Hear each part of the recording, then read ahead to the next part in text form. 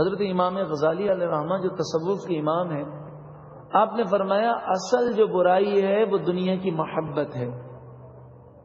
بعض ایسے لوگ ہوتے ہیں، آپ نے فرمایا کہ بعض ایسے لوگ ہوتے ہیں جو جھوپڑیوں میں ہوتے ہیں، جنگل و ویرانوں میں ہوتے ہیں، لیکن دل میں دنیا ہوتی ہے، دنیا کی محبت پڑی ہوتی ہے۔ اور بعض ایسے اللہ کے نیک بندے ہوتے ہیں کہ دکانوں پر ہوتے ہیں، کاروبار پر ہوتے ہیں، لیکن دل میں دنیا کی محبت نہیں ہوتی، اللہ کی محبت ہوتی ہے۔ وہ کاروبار پر بیٹھ کر بھی دین کی خدمت کرتے ہیں، کاروبار پر بیٹھ کر لوگوں کو نماز کی دعوت دیتے ہیں۔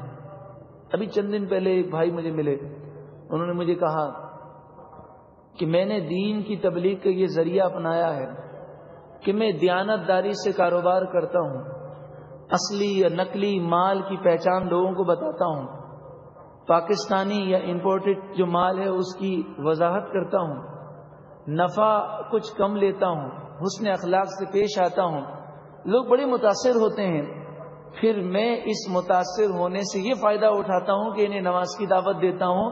الحمدللہ سینکڑوں بھائیوں کو میں نے نمازی بنا دیا۔ اب بتائیے، یہ دکان پر بیٹھنا اب دنیا نہ ہوا بلکہ دین کے لیے بیٹھنا ہوا۔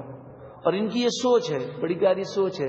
وہ کہتے ہیں کہ دکان پر ہر قسم کے لوگ آتے ہیں، اور دکان پر اکثر وہ لوگ آتے ہیں جو نمازی نہیں ہوتے، تو دکان پر بیٹھ کر میں زیادہ لوگوں کو نماز کی دعوت دے سکتا ہوں۔ تو یہ سوچ بن جائے اور انسان اپنے دل سے دنیا کی محبت نکال دے، تو پھر یہ دنیا قابل مذمت نہیں بلکہ جنت میں جانے کا ذریعہ بن جاتی ہے۔ آپ نے وہ حدیث پاک تو سنی ہوگی، نبی اکرم صلی اللہ علیہ وآلہ وسلم نے فرمایا 2 آدمیوں پر رش کرنا چاہیے، یعنی یہ تمنا کرنی چاہیے کہ اللہ ہمیں بھی ایسا بنا دے۔ آپ نے فرمایا ایک تو وہ جسے اللہ نے قرآن کا علم دیا، وہ دن رات قرآن کی تعلیم کو عام کر رہا، اور دوسرا وہ شخص جسے اللہ نے مال دیا، وہ دن رات وہ مال اللہ کی راہ میں خرچ کر رہا ہے۔ آپ نے فرمایا اسے دیکھ کر یہ تمنا کرنی چاہیے کہ مالک کو مولا مجھے بھی ایسا بنا دے۔ پتہ ہی چلا کہ مال یہ دنیا کی مطلقاً مذمت نہیں، بلکہ یہ مال بسا اوقات اللہ کا فضل بھی ہوتا ہے۔ مہاجرین فقراء نبی اکرم صلی اللہ علیہ وآلہ وسلم کی خدمت میں آئے اور عرض گزار ہوا، یا رسول اللہ صلی اللہ علیہ وسلم، مالدار لوگ ہم سے آگے نکل گئے۔ حضور نے فرمایا وہ کیسے؟ وہ کہنے لگے، یا رسول اللہ صلی اللہ علیہ وسلم، جتنی ہم نیکیاں کرتے ہیں ساری وہ نیکیاں بھی کرتے ہیں، وہ راتوں کو قیام کرتے ہیں، دن کو قرآن کی تلاوت کرتے ہیں، نماز بھی پڑھتے ہیں، روزہ بھی رکھتے ہیں۔ حدیث کا خلاصہ پیش کر رہا ہوں۔ تو اس میں تو ہم دونوں برابر ہیں، لیکن وہ اللہ کی راہ میں مال خرچ کرتے ہیں اور ہمارے پاس مال نہیں ہے۔